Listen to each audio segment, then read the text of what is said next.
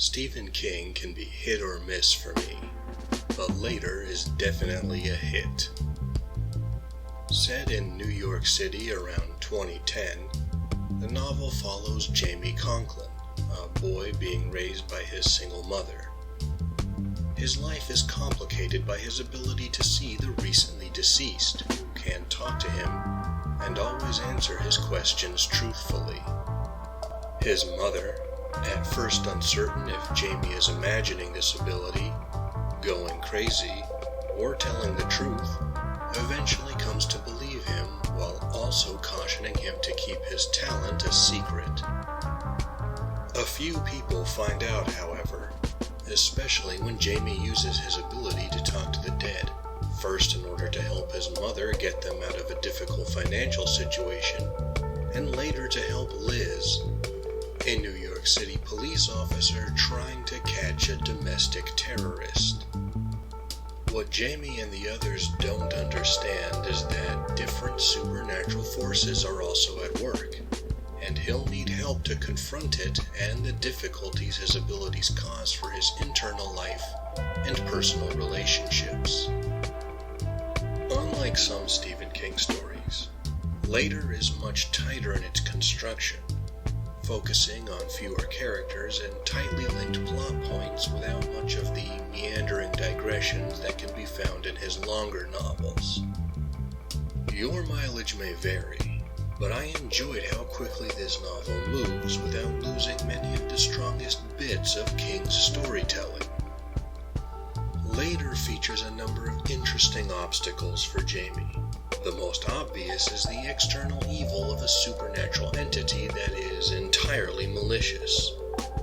Contending with this antagonist does take its toll on Jamie, but in some ways, it is the more straightforward of his problems.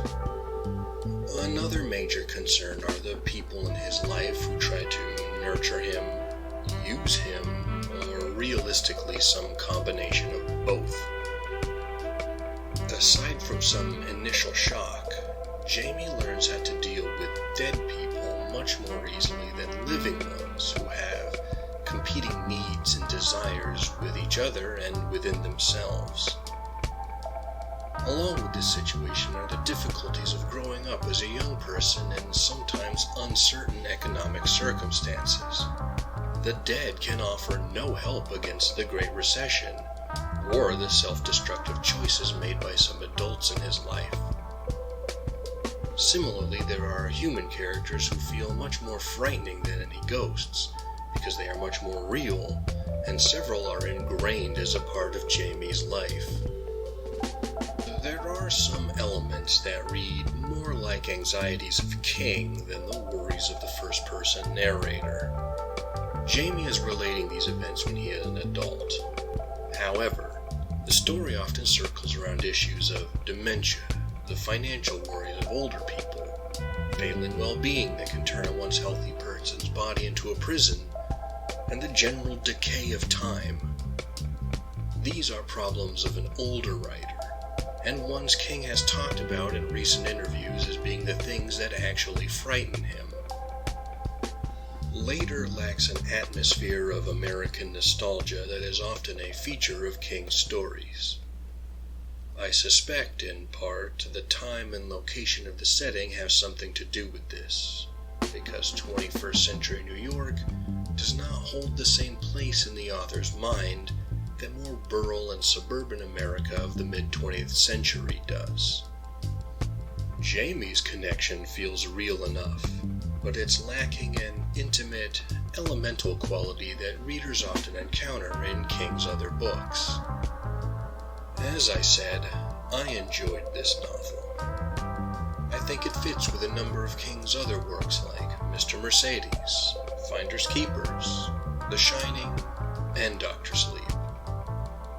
Interestingly, though, I don't think it matches nearly as well with Joyland or The Colorado Kid, the other books King published with Hard Case Crime. But what do you, the audience at home, think? Are you a fan of Stephen King? Have you read Later? How do you rate it among his other novels?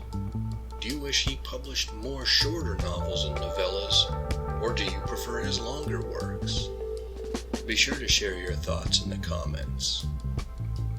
Up next is the penultimate book in the box of paperbacks, Tongues of the Moon by Philip Jose Farmer. It is a 1960s science fiction novel about a war among colonists on the moon. Thank you for taking the time to listen to my peculiar notions. If you appreciate this channel and want to support it, you know what to do. You can also take a moment to like, comment, share, or subscribe to the channel of another YouTube creator you enjoy, or the algorithm will start haunting you with bots of the recently deceased. Until next time, read some good books, live, and be well.